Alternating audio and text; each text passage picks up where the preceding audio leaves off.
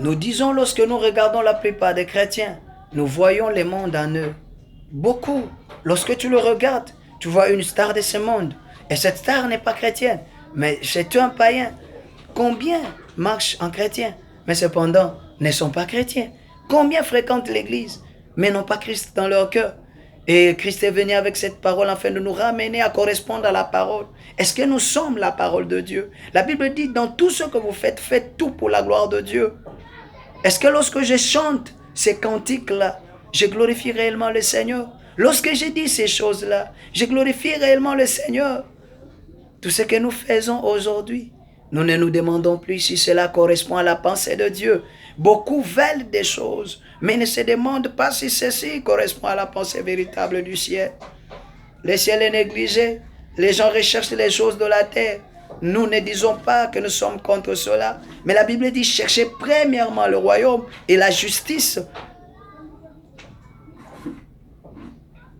Où est le royaume, où est la justice? Celui qui est dans l'arbre, qui a le royaume, produit la justice de Dieu sur la terre. Et cette justice s'éprouve par le fait que l'homme lui-même se fuit devant le péché. L'homme lui-même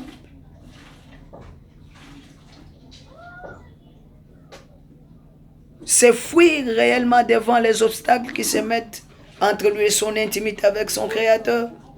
Il sait lutter contre la nature qu'il a hérité d'Adam, qui est la chair.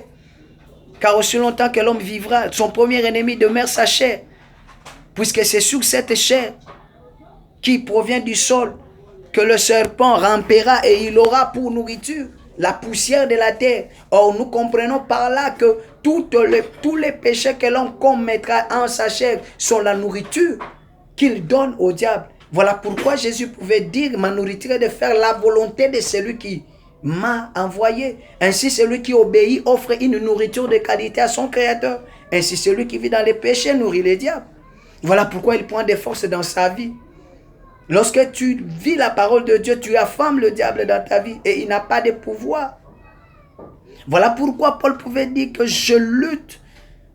Il pouvait dire qu'il voulait assujettir son corps. Voilà pourquoi la Bible dit crucifier la chair et ses désirs. Nous devons crucifier la chair. Voilà pourquoi il dit qu'il s'imposait des choses dans son corps. Pour qu'après avoir montré aux autres les chemins, il ne voulait pas se perdre de lui-même. Combien de prédicateurs se sont perdus? Combien de gens aujourd'hui se perdent? Bien-aimés, écoutons la voix de l'Esprit. Marchons dans la crainte de Dieu. Le peuple de Dieu se meurt. Il ne veut plus fuir devant les péchés. Le peuple de Dieu périt parce qu'il lui manque la connaissance. Ou la connaissance établie dans l'autorité. La connaissance impose la destinée. La connaissance distingue. Voilà pourquoi celui qui comprendra ces choses, il va courir vers la perfection. Et pour courir vers la perfection, il faut savoir lutter contre la nature, qui est la chair, en crucifiant les œuvres de la chair. Il faut savoir fuir devant les péchés et savoir résister au diable afin qu'il s'éloigne de vous. Il rôdera toujours, cherchant une opportunité que tu pourras lui donner afin de t'amener à pécher contre ton Créateur, afin de te faire sortir de sa pensée parfaite. Aussi longtemps que l'homme était en Éden, en harmonie avec le Créateur, le diable ne pouvait pas avoir accès à sa vie.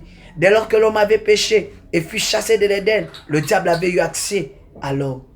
Bien-aimés, soyons prudents. La parole de Dieu vient pour nous éclairer. C'était votre serviteur, le bien-aimé, Don Divin Nicolas Mbala, votre apôtre.